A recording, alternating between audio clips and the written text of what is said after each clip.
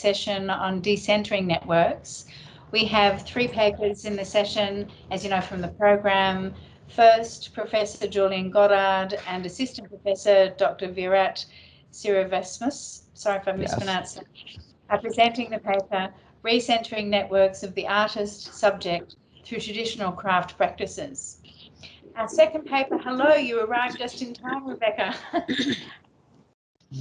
I will introduce when we finish hearing from Julian and Veerawat, but their paper will discuss traditional structuralist models of subjectivity and argue for a space of the artist/subject as a composite entity determined by a complex network of relations across time and place. Hello, Neil. Julian is an artist curator and academic with over 45 years of experience and is an honorary professor in the School of Art at RMIT, where from 2015 to 2019 he was Dean.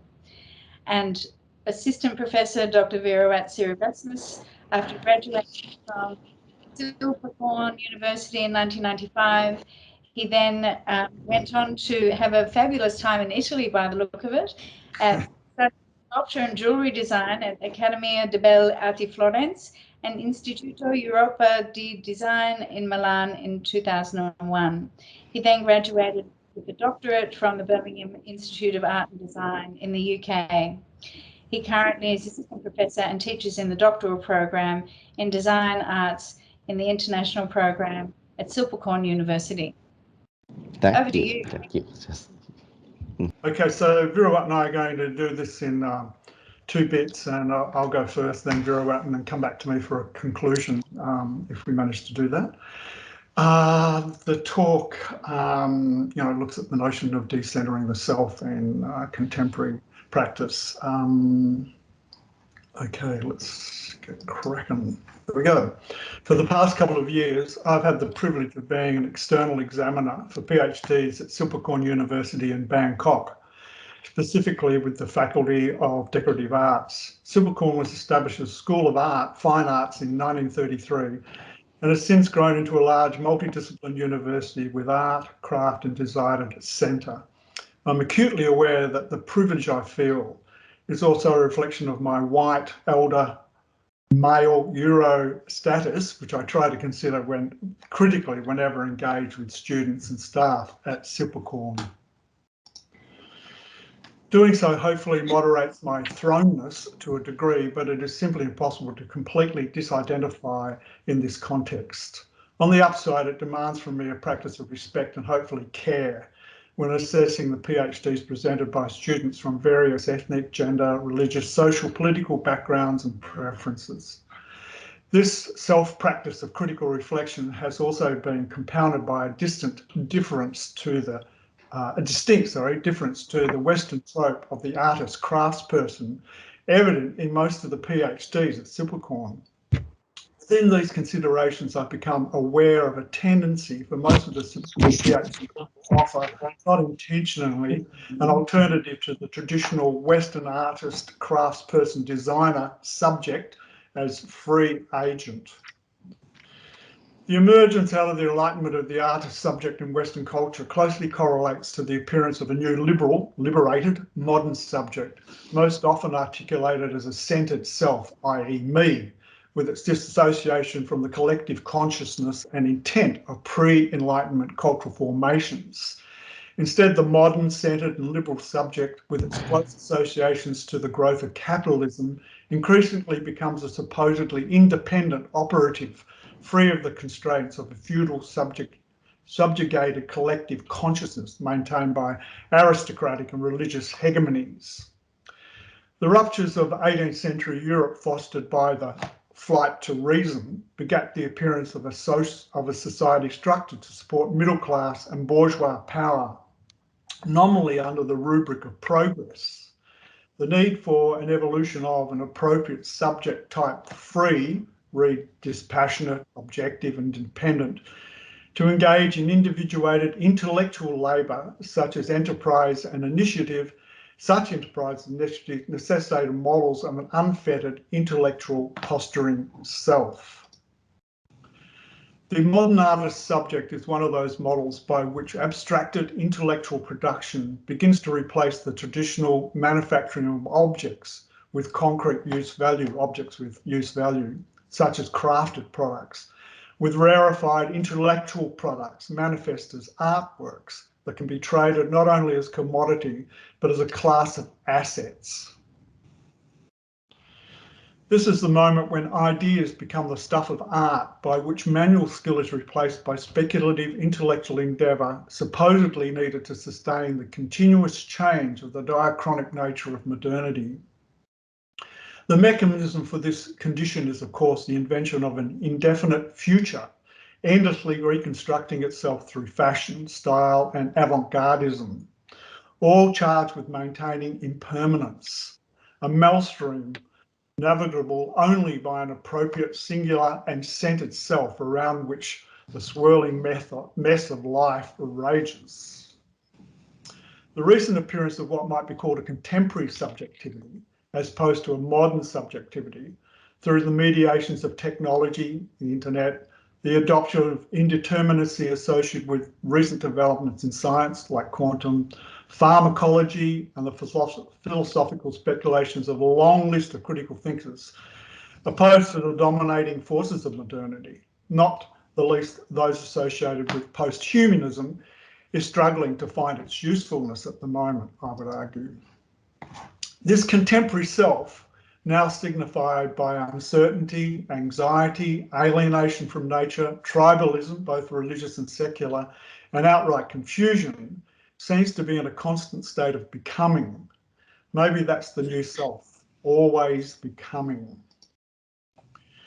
Those who have read Maggie Nelson's new book on freedom will get a taste of this new subjectivity as performed by artists. Nelson's book points to the messiness of being human and the inability of the lone self to find meaning. A moving book in which the role of the artist, while complex and indeterminate, can be empowered by caring, and even, though she doesn't say it outright, by the practice of love. The discourse of care in art is thin. As Nelson points out, not caring has been a central trope of much art over the past century.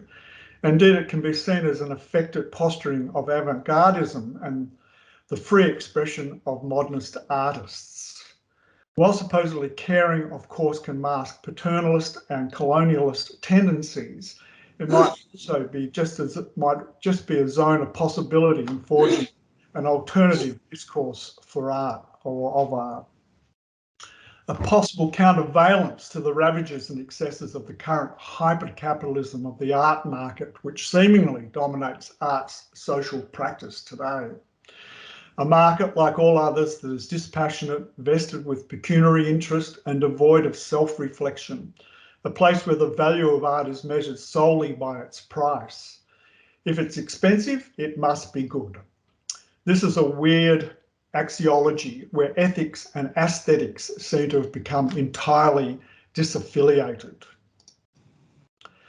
Critiques of both the modern and contemporary self seem to agree on the illusionary nature and histrionics of these subjectivities. From Marx to Butler, the self is posited as a social construction and not a singular self, curated by a mind of one's own, but a product of experience with a complex set of networks of people and objects. These networks, while abstractions that cross space and time, imbue subjectivity with an illusionary me, myself, and I that we perform according to the conventions of those networks. Like psychoanalytical discourse has dramatically uncovered the determinism of our family experience, our experience within the family, on us as unformed subjects, and can be a bit of a shock to realise that our characters and behaviour may have also been shaped randomly by a high school teacher, a next door neighbour, a poet or artist, a criminal even, or a fictional character in a novel, or even an ocean, or even a plant. Each of us is deeply, inexorably connected to everything. This condition is what Deleuze calls the plane of immanence. I prefer to use the word unicity, but we forget about it, or we don't notice it. We forget about this. We're not aware of it. I think Nikos was talking to this in a way earlier on today. We block it out and don't care about it until it jumps up in front of our face, as say the climate emergency has just recently. Okay, over to you, Veerawat. Okay, thank you very much, Julian. So, according to the Julian's speech, I got something to share with you. Okay, wait a minute. Just one. Yes. Okay. Is it show on the screens, right? Yep. Yeah. Yes. Okay. Right. According to the Professor Julian's, I have two examples of our student to show. First of all, yes, the program of the PhD in Silvercorn University has established in 2009, and is the we say that this first pioneer of the program that try to teach and publish in English. So therefore, there are many students that come to attend, not just only the Thai student, but also the others, Southeast Asians, China students comes there, and there are many cases, case studies that most of the students they are doing basically is from the craft base. The first example is the project of the Mr. Gorakot Aromdi. Yes, he is also our alumni of the Silvercorn University student, and also attend these programs in order to enhance his studies, yeah, and make it more a part of the theoretical and a part of the practice-led research. Yes, his project is, well, first he came from the Ban Lam province in Samut Songkhlam. So it's in the Gulf of the Thailand, and certainly is a fisherman's village. So he tried to collect all of the knowledge that he came from by using a lot of tidings stuff, yeah, and not and the objects that they use in the village, like basketings or fishing traps and kite. Yeah, he used that kind of the techniques and inspire his work by inspiring by the surrounding his inspirations, like the frog egg, right? That he inspired from the frog egg on the other plants there. So he created this kind of the object or the sculptures at the first beginning, and then this turned into the objects like daily life. So this is an example of the I would say stools. Yeah, in the left hand side is the traditional stool in the village. Yeah, and he turned into the others bamboo ornaments there, combining with some of inspiration from the bird net. Yeah, and this is and his work is also well known in terms of the design objects, and many of and he expanded into the others wall decorations, sculpture. Even the latest one is about the architectures. Yeah, so it is a part of the the space decorations in department store, in the restaurant, in many things, many places, not just only in the countries, but also the others outside countries. The second cases is Peranakan art and palm paper, implication of the decorative items designs by Yo Puisi. Yo Puisi is a Malaysian student that and she came to studies with her interest in the Peranakan background. Peranakan is a sub-ethnic communities like Chinese, Malaysians. It's also expanded in southern of Thailand, in Phuket, and is also in Indonesia. So a group of the sub-ethnic Chinese community has created and adapt their cultures into their locals context. Yeah. So the Thai Chinese, Malaysians, or Indonesians Chinese also has their own, how can I say, it's the ornaments, cultures. Yeah. So from this, Puisi also create her projects based on the palm papers. Palm paper may be a strategic objects that may be widespread in Malaysia during 1890s.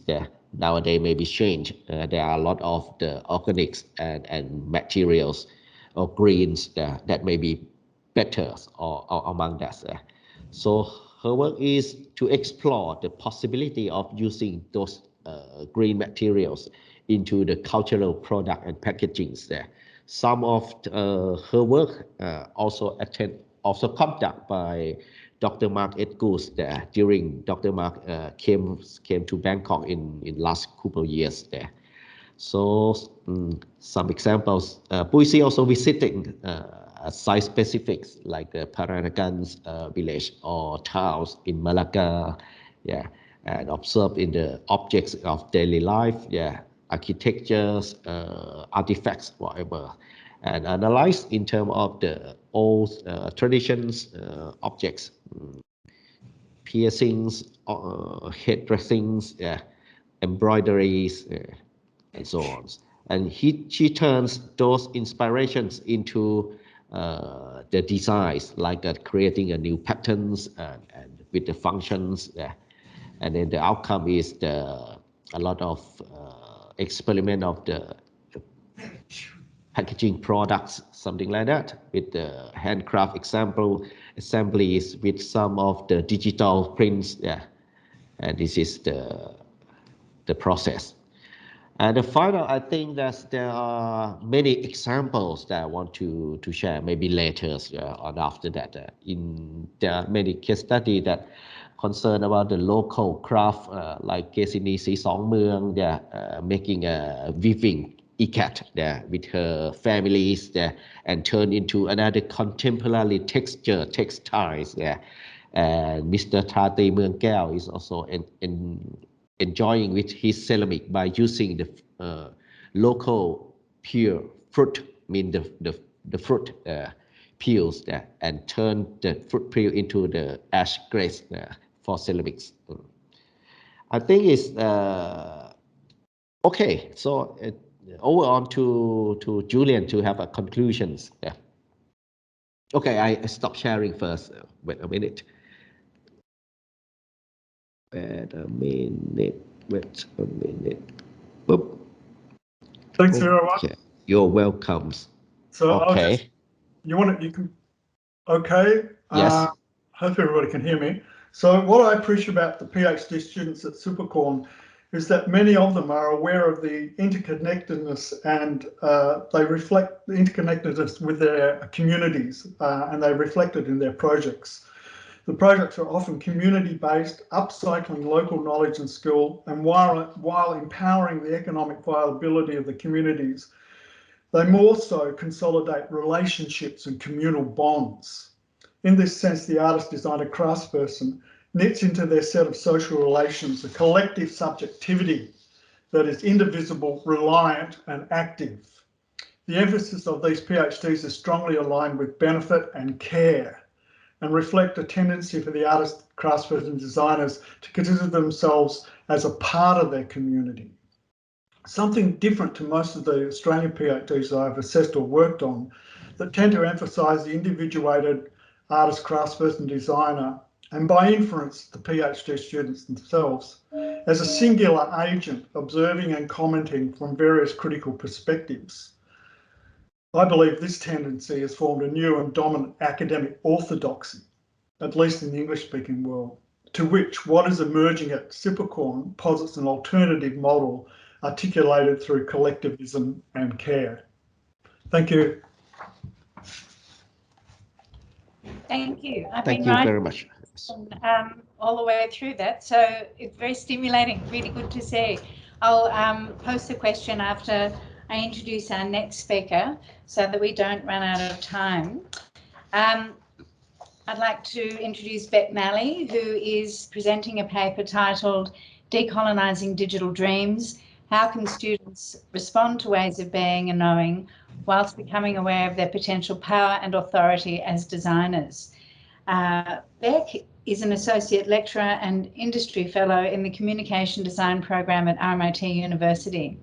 She is also the creative director and owner of a communication design practice called Public Journal in Collingwood. Thank you, Rebecca. Thank you. So my name's Rebecca Nally and I'm happy with Beck. In this moment, I'm an Associate Lecturer and Industry Fellow in the Communication Design program at RMIT University. I grew up on a heart-shaped island at the bottom of the mainland, not knowing I was living and learning on the unceded lands of Truana and knew my home as Tassie. My social identity was shaped for me by the myth of Terra Nullius, the assimilation projects of Truana since colonial settlement, and my Irish citizenship through my paternal bloodline, which has been a prominent story in my family narrative. Identifying as non-Indigenous, I am only now in the process of shaping this binary construct to more openly reflect the ontological layers of who I am, through acknowledgement of the quietly resilient stories of skilled adaptation and assimilation of my maternal Tasmanian Aboriginal ancestors, of the unceded lands of Chirinotapana and Pardama. In my recent industry experience through my business, Public Journal, I co-designed and co-facilitated the award-winning reconciliation pilot program, Wunjigiri for Business, which informed my practice of maturing non-Indigenous design in relation to Indigenous sovereignty, Macmillan 2020, West 2020. I was invited by Wiradjuri, Wurundjeri and Boonwurrung through the work of Wunjigiri to find ways to hold the mirror up to the establishment and make the man look at himself, instead of casting his myopic gaze, Morton Robinson, 2006, on the Indigenous subject.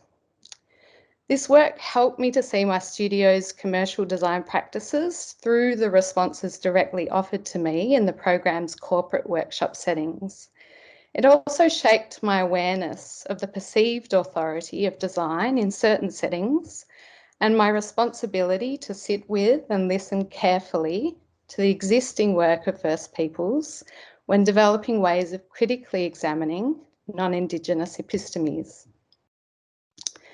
As a guest on the unceded lands and waterways of Eastern Kulin, I approached the disciplines of design and education with the intention of respectfully responding to Wominjeka and the First Peoples of the Birunga, which I work and have lived my adult life. As I continue to live and work on these unceded lands, I'm grateful for the privilege to be able to acknowledge the ancestors and elders of the Kulin nations, past and present.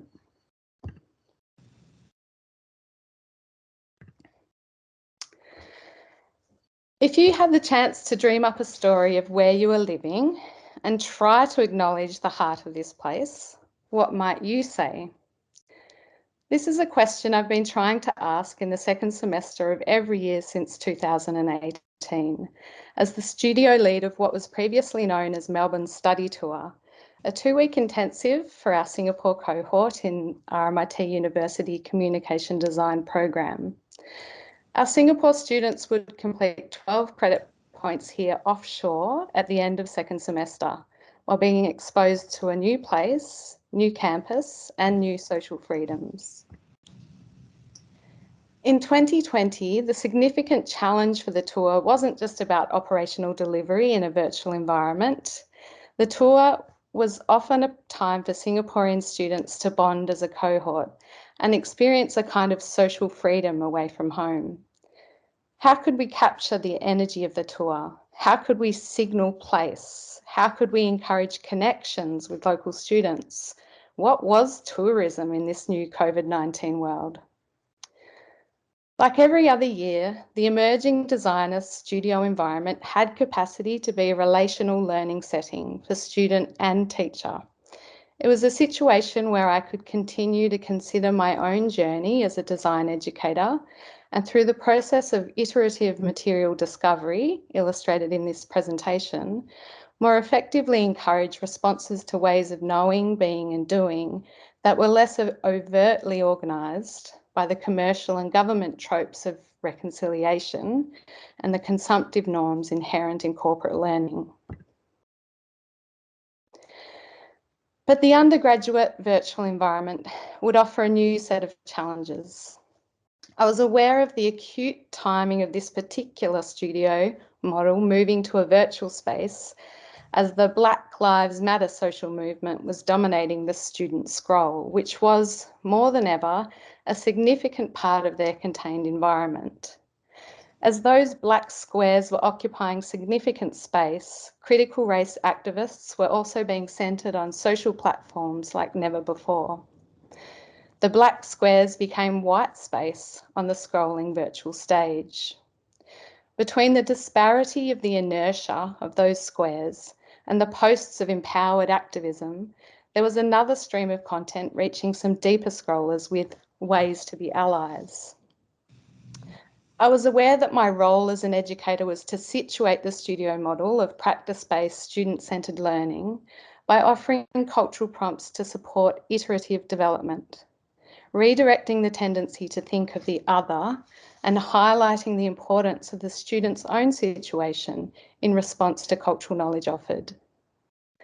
I liken the potential pitfall of otherising as part of the Black Lives Matter movement to critique I had encountered on cultural competence or cultural awareness when co-designing Wunjigiri for business. This critique informed my approach towards delivering relational, student-centred studio content via a novel facilitation style in a socially distanced setting, and I was much better with my slides. I will now offer a few examples of where I was able to shift discourse, visual representations and narratives away from an assumed Indigenous image through the iterative process. However, it was common for students to lapse in and out. And as an educator in an established institution, conscious of my perceived authority and subject position, it was important to me to bring humility to the class by acknowledging my own lapses and moments of learning.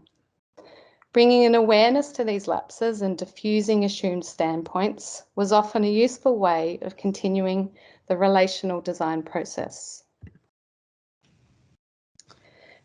In the first brief of the new local studio, students were asked to develop a co-naming animation, sharing a personal narrative about a place in Kulin that resonated with them, whilst finding ways to acknowledge the First Nation or nations the story was a part of. In the second stage of development, students were asked to look for traditional knowledge offered that they might respond to in their briefs, which might make them think differently about how they tell their personal story. This is an excerpt of my virtual briefing in the second stage. I want to acknowledge my own likeness in this footage. It's really easy to take the knowledge and then just want to retell it and apply. Oh, look what I've just learned. Now I'll tell this whole story about that. That's not what this is. So what we want to just do, and it is nuance, is to think, okay, now I know all of these extra details and how I see this is different now. And that's what I want you to communicate. Okay, so it is coming back to you.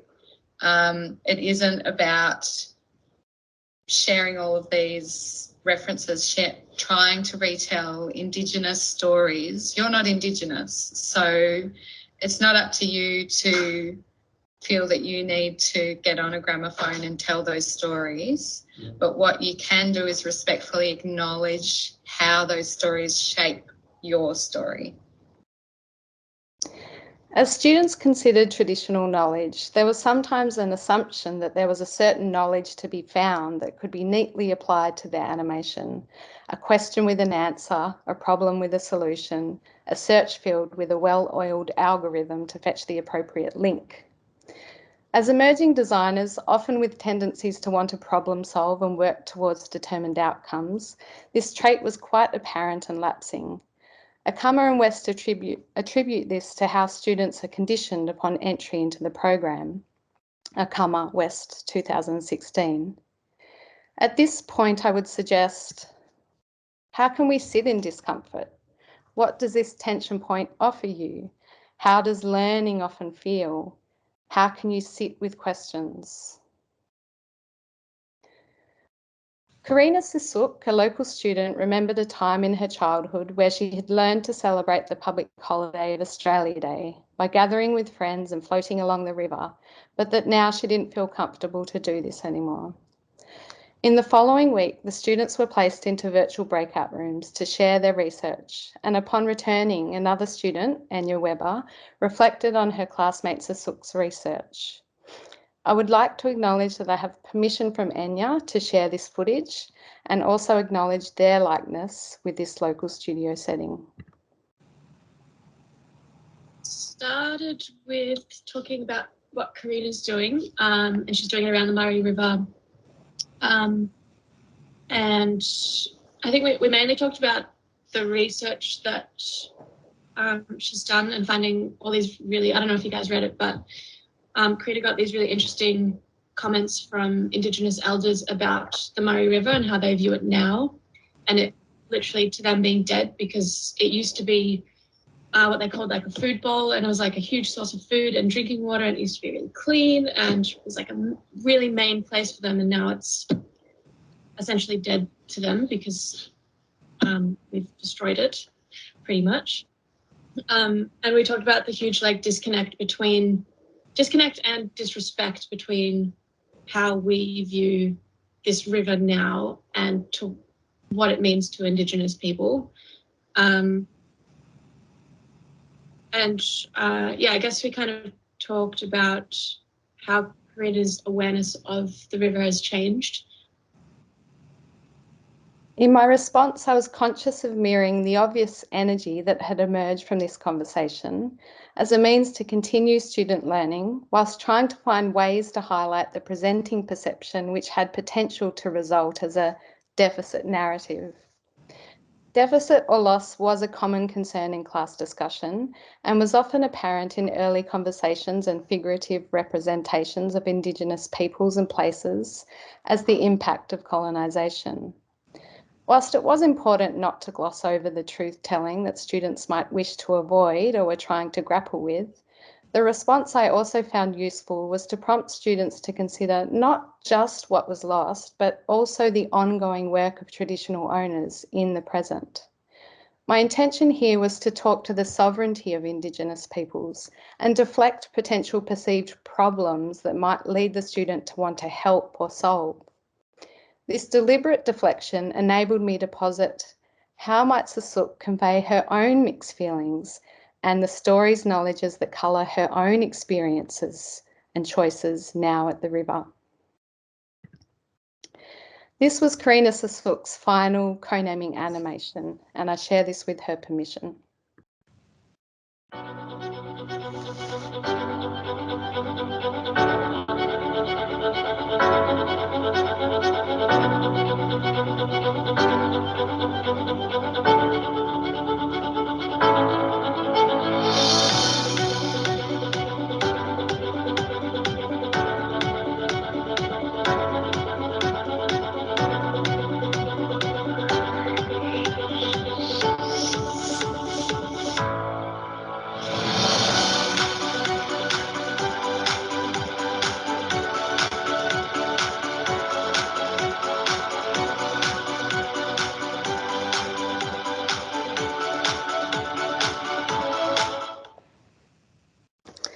Whilst there's an obvious heightened emotional quality in the way this animation is designed, Karina's iterative process enabled material evidence of her changed perspective and hinted at her ongoing relationship to and new appreciation of this river. Whilst it can be a common assumption to describe designers or creatives as sensitive and be able to work through empathy, I noticed in certain moments of the local studio how empathy did support this pedagogy by understanding differences through feeling rather than thinking. Escobar 2020. However, these feelings could be and were at times misdirected back towards the other as a potential power imbalance without careful attention. When this became apparent in certain moments of reconsidering or acknowledging, I offered the questions, does your approach as a designer support you to understand differences as other or in relation to where you are in your work? How can you respond to ways of being and knowing whilst being aware of your potential power authority as a designer. Hien Nugent writes here in her reflection of the local studio, having made so many realisations and discoveries regarding the relationship between colonial Australia and Indigenous Australia, I understand that this is an ever-growing journey of learning without a destination.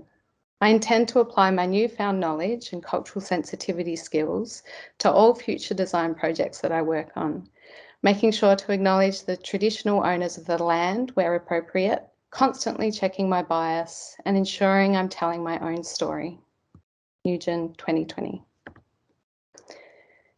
In week 4, students were introduced to the major brief of the studio. The brief was to develop a tour of a place in Naarm, Melbourne for the global cohort to experience virtually. In this moment, I'm prompting students to start to consider the local image. Well, how do we create a sense of place for people who've never been here before? And what's exciting about that is that you can offer these alternate perspectives. So just like we've heard, you know, some of our international students who come to Melbourne and don't learn anything about Indigenous perspectives or Indigenous culture because it's not offered to them in their experience, this is a chance for us to actually make it a feature of the experience and highlight it. These stills are one of the local group's final virtual tour of Fitzroy Nargo, which acknowledged a range of traditional and contemporary Indigenous perspectives as part of the cultural epicentre of Naarm's north side. The students carefully designed the tour to weave in and out of the Wurundjeri Council's Fitzroy Aboriginal Heritage Trail as explicit acknowledgements of the area, and also offered more implicit moments of activities that existed in Nargo on Wurundjeri country. And here is one early moment of the following global tour. Students were asked in their first brief to spend an afternoon crafting a response to their virtual experiences of Kulin, presented by the local cohort. This particular response led to interesting class discussions around the potential to co-name through decolonisation and the power play of cultural memory for locals. Through this material output, I could see the transference of the work the local students had offered and how it had shaped the perspectives of students in the global cohort. In this moment, I could see a progressive design process playing out through these intercultural relations.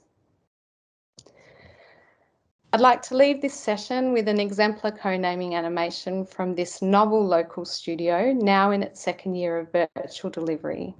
This work is by Enya Weber, shared with their permission. I used to walk along the creek at the back of my dad's house as a kid. I used to listen to the sound of the water. I used to listen to the sound of the birds. Now it's not so much the same.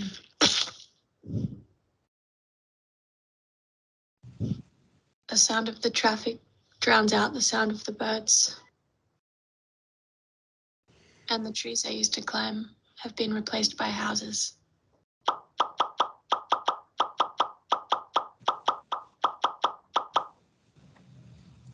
But if you look close enough, what was is still there. And what always was will always be. Ngujin, thank you. Thank you. That was really beautiful. I will post my question now. And then, Lola and I kind of introduce ourselves in our paper, so I don't have to introduce ourselves because we already wrote it. So thanks again, Beck. We can try and get to the questions as we finish this paper. Lola, would you like to open your first reading of the abstract? This paper is by Lola and me. It's called What Counts as Knowledge, Living Cultures. Go for it, Lola. Okay. This paper discusses my work as a senior Palawa artist in terms of its contribution to recognition of First Nations practices in living cultures in Tasmania. We propose that my recommendation to know yourself, the community you come from, and your community's challenges connects to Bruno Latour's observation of the personal, the collective, and knowledge. The paper presents extracts of paper based on conversations between us, Lola Greeno and Katherine Moline, over a 3-year period as part of our work for the data imagery, fears and fantasies, a project dedicated to exploring what counts as knowledge, curated for the Griffith University Art Museum in 2021. The paper argues that each generation must review the exchanges and pacts that it deems relevant to social reciprocity and find ways of responding to resistance when changing the rationalised and discriminatory status quo.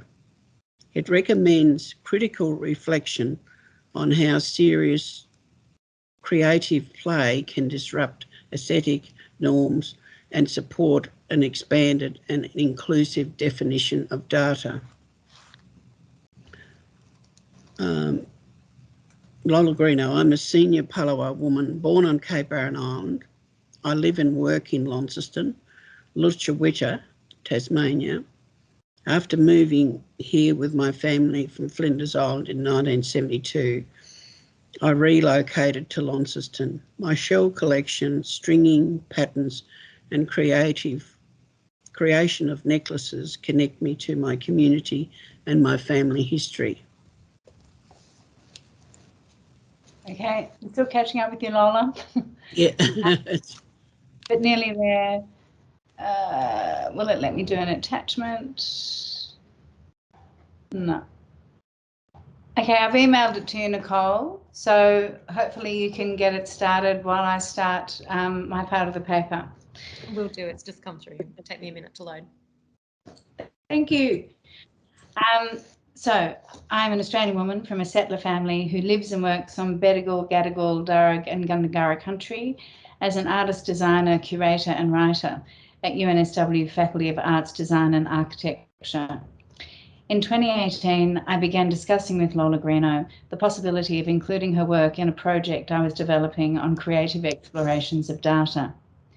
The exhibition, The Data, Imaginary, Fears and Fantasies, brought together eminent and emerging artists and designers to show how creative explorations of data technology are crucial for a vital, inclusive and sustainable future.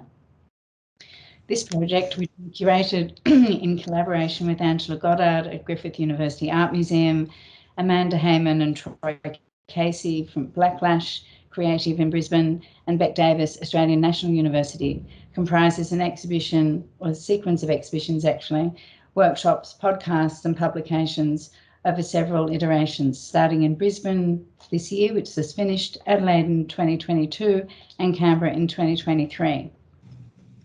Artists and designers, both through their work and in discussion, invite audiences to engage with climate change, geolocation data and data legacies, and to reflect on what inclusive data might be. During the process of working on this project, several themes or issues emerged in our discussions. And I'll just, if you could change the slide, thank you.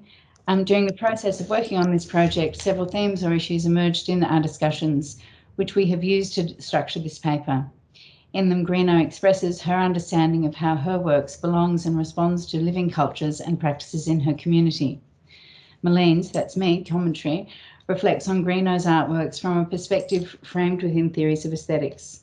These themes include definitions of reciprocity, balancing tradition and contemporaneity, conservation and experimentation, negotiating social pacts and resistance to change, and circumventing pushback and bridging cultural systems with serious creative play. Lola, over to you. In my book, I deliberately included scientific names for the shells I used because my granddaughter was asked to speak at an assembly at her school in Palawakani language. She didn't know any of the words. When I heard this, I knew I had to do something about it. And doing something about it resulted in a book that I published this year called Rena Marpoli, Nimanina and Kalakina. It translates to lots of shells, grasses and seaweeds.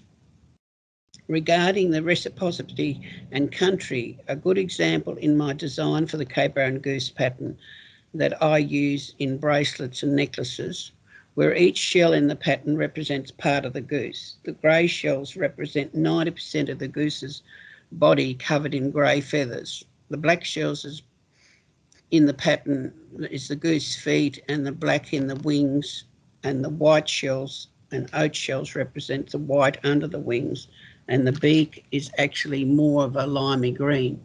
But I use penguin shells, which are the whiter shells, because although they are not quite the right colour, they are close enough to suffice for now. The book includes a family section. I see that as demonstrating reciprocal structures of living cultures in my family group. My advice on how to create a sense of reciprocity is that people should gain as much knowledge about themselves, learn about themselves, where they come from, who is the family, who is their community, what was involved, and what were the serious issues that affected their community in earlier times. Because if you know where you come from and you know your story, you know your family, you've then got your background and you've got your knowledge and you've got your strengths there, and you can build on that. Katherine. Next slide, please, Nicole. So reciprocity then involves education and creating a shared understanding for both non-Aboriginal and Aboriginal peoples, which a treaty would help create. How cultural knowledge is represented and shared in books and exhibitions seems critical here, for example, as data in the Data Imaginary. Reciprocity, as I understand it, means understanding and respecting differences between cultural practices. Without reciprocity, power structures don't change in my experience. So explaining what reciprocity means is important as we move closer to treaty. When the two of us look at your necklaces, we interpret the meanings of the necklaces differently because we bring our historical traditions to the work and interpret them through distinct cultural frames of reference. The entwinement in your work of art, traditions and science, play and data, strongly corresponds with my understanding of theories of aesthetics from Kant that describe it as a multi-layered response to an experience with heart, mind and body. I also see your emphasis on community as summoning and advocating for the importance of local knowledge. This links for me to Latour's entreaty to think about how we want to live after COVID-19. When I look at your sculptures and necklaces, I see them as both embodied data about the environment and objects that produce a strong affect, an aesthetic response of admiration, appreciation, response and gratitude. In short, feelings that are rarely prompted by data. At the same time, the necklaces prompt an agitation, a desire to act, which contradicts a quiet appreciation of the objects as beautiful. It's an internal aesthetic rupture, a feeling of new understandings that prompts a desire to share with others, while at the same time a respect and understanding of what treaty could mean in terms of creating reciprocal rights that also recognises the incommensurability of two systems of understanding that we want to be held in balance. Thanks. You, Lola. When my family and I travelled to Flinders Island to collect our mariner shells, such as the ones on the screen, we're also very careful about planning our trip. We plan the trips over a 12 months calendar period to visit at times of the low tides. They're usually during autumn from March and April. We book travel to coincide when the tide will be out at least half a metre or less than half a metre again, and when the weather conditions are beneficial for outdoor work. The weather conditions influence where we collect from, as 6 of our sites around the island vary in different weather conditions. Our way of living cultures means that we look at these sites each time we visit to see whether it's been affected by the environment, the climate, or global warming. We also limit many shells that we fish out or gather from each site so that we don't ruin the collecting beds, because our family and other women coming behind us need to collect. We abide by the natural sciences and the weather, and they are affected how we collect. Katherine, next slide, I think. Drawing on debates concerning ways of knowing and modes of subjectivity, art theorist Thierry Dodouve explores how experimental artists have historically confronted audiences by breaking cultural and social pacts, a strategy they use to point to redundancy or the need for renovation. Dodouve's contention is that since the social pact between artists and the aristocracy as patron was challenged in the salon exhibitions in Paris in the late 19th century, artists have turned away from the subject of an artwork to its medium, as if it represented the alterity of the audience. In other words, modern artists, from the earliest emergence of experimental practice and avant-gardism in the Western tradition, confronted expectations and patrons and audiences of art as they had become shifting and unstable. Dodouve claims that experimental or avant-garde artists practicing after the decline of aristocratic or religious patronage make the conventions, quote, the rules of their trade into the site for negotiation, unquote. Your series of necklaces for the Robinson's Cup exhibition in 2011 and what you have referred to as your unwearable jewellery, quote unquote, for the exhibition Cultural Jewels that toured Australia between 2014 and 2019 invoke for me Dodouve's claims about challenging social pacts. The works change ideas about what qualifies as an artwork while also experimenting within a particular convention that is embedded in a tradition. In the Data Imaginary, the curatorium explored how artwork such as yours challenged the pacts around what counts as data and knowledge. By bringing together works that intervene in the conventions of data collection, visualization, and interpretation, they tell new stories about custodianship of culture and the environment. In this way, the exhibition hoped to show how artists and designers are putting forward new and more inclusive definitions of data. Next slide, please. When I'm invited to participate in exhibitions or to develop new bodies of work, in other words, to select the projects I want to appropriate to my time, I look at what I think the needs for the First Nation people in my community. My aim with the book project was to leave my knowledge to young people, young Aboriginal girls, young Aboriginal women.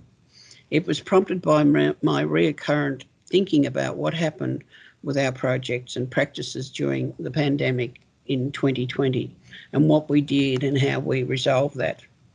My son Dean is now working at the University of Tasmania, and the team that he works with are rewriting a new arts course. He plans to introduce some of my ideas to a forum that trains the next generation of artists in professional practices.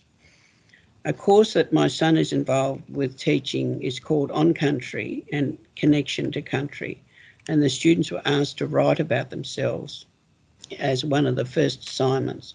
They were invited to introduce themselves via a 3-minute video, which was pretty good. When I first did university bridging course, people were hesitant about writing, including me, and my passion and interest pushed me forward to where I am today, and I think that's what we want. Next slide, please. Thank you. I agree that it's crucial for students to find their voice early in their studies.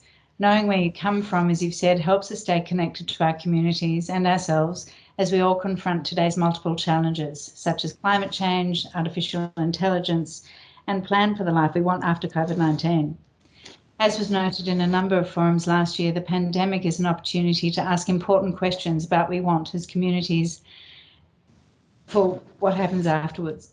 In the words of Latour, we have to fight so that economic recovery, once the crisis is past, does not bring back the same former climatic regime against which we are battling until now somewhat in vain. Describing the climatic regime as ongoing, irreversible ecological mutation, Latour is emphatic that we start now in planning, quote, protective measures, not against the virus, but against every element of the mode of production that we don't want to see coming back, unquote. One lens with which to examine the COVID-19 debates that Latour has so concisely summarised is to think of these questions in relation to aesthetic experience. There is Jacques Rancière's interpretation of aesthetics is pertinent here. His account of Immanuel Kant's ideas about aesthetics and tradition is helpful in explaining how I see your work. To summarise the three basic elements of aesthetic experience as described by Kant, firstly, he proposes that the form of any object or practice can be observed through sense perception. Secondly, our apprehension of a form typically accords not only with preconceived ideas and categories, but also with passions, affects, and desires. Thirdly, this apprehension produces a doubling of sense. Form is not simply a matter of sense perception and its apprehension according to established codes or sensations. According to Rancière, understanding art brings together two faculties or capacities, the capacity to perceive a created work and the capacity to understand it and make something of it. In addition, aesthetic judgment involves a subject declaring it for all others, as in sharing it with all others, and a community that exists only through this capacity in each of us. Latour's promotion of planning what next after the pandemic and Rancière's writing on aesthetic responses and politics is connected for me in your work. Your education in visual art and leadership has provided opportunities to create platforms for cultural recognition of First Nations people in Tasmania. For example, your leadership of the Te Anabi program, in which 35 women were trained in traditional techniques and identified and selected plants for basket weaving in 2009. The Luna Tunapuri program, where you ran regional shell stringing workshops in 2011, and your continued work developing a large exhibition of Tasmanian Aboriginal art to tour internationally, all play seriously with changing the system and share the community of your work. In short, you're bringing your community with you. Thank you. Next slide. When planning a workshop, I start with an introduction and slides to explain who I am so that the students understand where I come from. I start with images of Truganini and Fanny Cochrane-Smith and talk about how they made very long necklaces and wore them in several layers around their necks. The necklaces were historically important status markers for women. I can remember my mother saying she never felt dressed unless she wore a necklace. When you think about the very early necklaces, they were made by Truganini and Fanny Cochrane-Smith. They were part of their body adornment. Rather than signifying their status through scarification, they wore their necklaces. Truganini was a leading warrior for her group of people. She wore necklaces of shells that she had collected. I questioned some of the images of Truganini in the libraries because the shells don't look like the mariner shells, and yet mariner shells is our traditional shell. I take very seriously my research that reveals those shells to look like stripy shells, which have become known as the silver-banded kelp shell. When I've cleaned them, they are beautifully silver-coloured and luminous, and shine comes from them. The Queenslander Art Gallery, the Gallery of Modern Art, acquired 2 or 3 of these necklaces from me for the Asia Pacific Triennial. I've always said that I must make one for myself because I fell in love with them. When I've taken these shells out into workshops, the girls love putting them in bracelets. For the exhibition, the Robinson's Cup at the Queen Victoria Museum and Art Gallery in 2011, I made an Akinda quill necklace that refers to the food items. My mother and my uncle ate Akinda meat as one of many local foods they enjoyed. I worked with a range of different materials that related to food, and when the museum invited artists to respond to the cup awarded to G.A. Robinson in 1835 by people of Bothwell for rounding up Aboriginal inhabitants of Van Diemen's Land, I reflected on what would I do, whether I would respond to this historical times represented by the cup or about what it could mean today. Rather than be negative, I thought I'd turn a negative into a positive and provide my people with food or clothes, something to wear.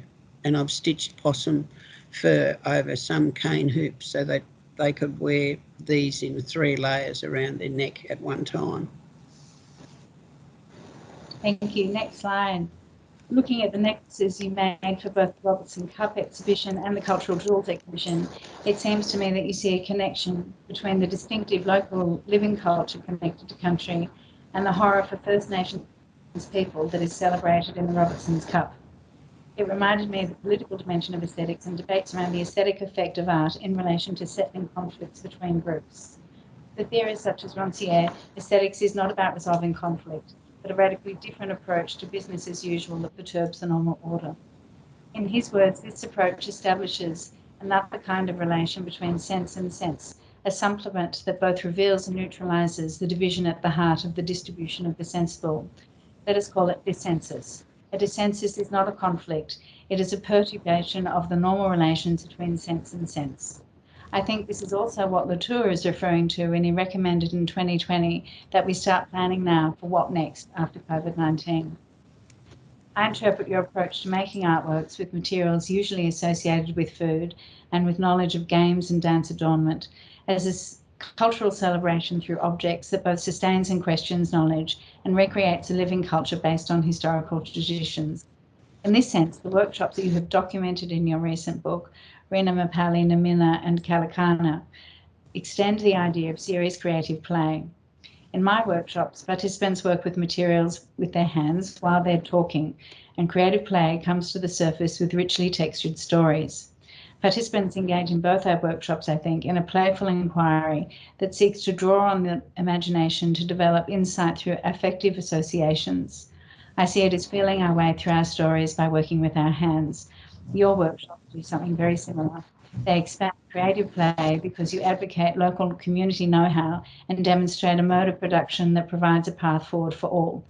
The image on the right of the screen is the image or necklace, we're not sure, held in a museum in the Netherlands.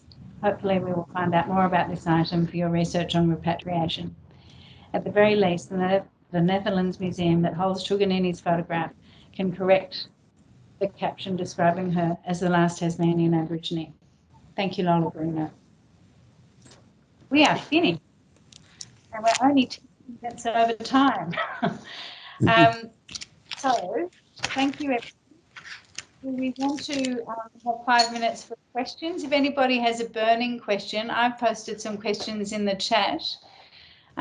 People may have been answering. It worked when I left and came back. I'm not sure. So, does anybody want to put their hand up for one question, and then we'll take a 2-minute break, run around the house and come back for the next session?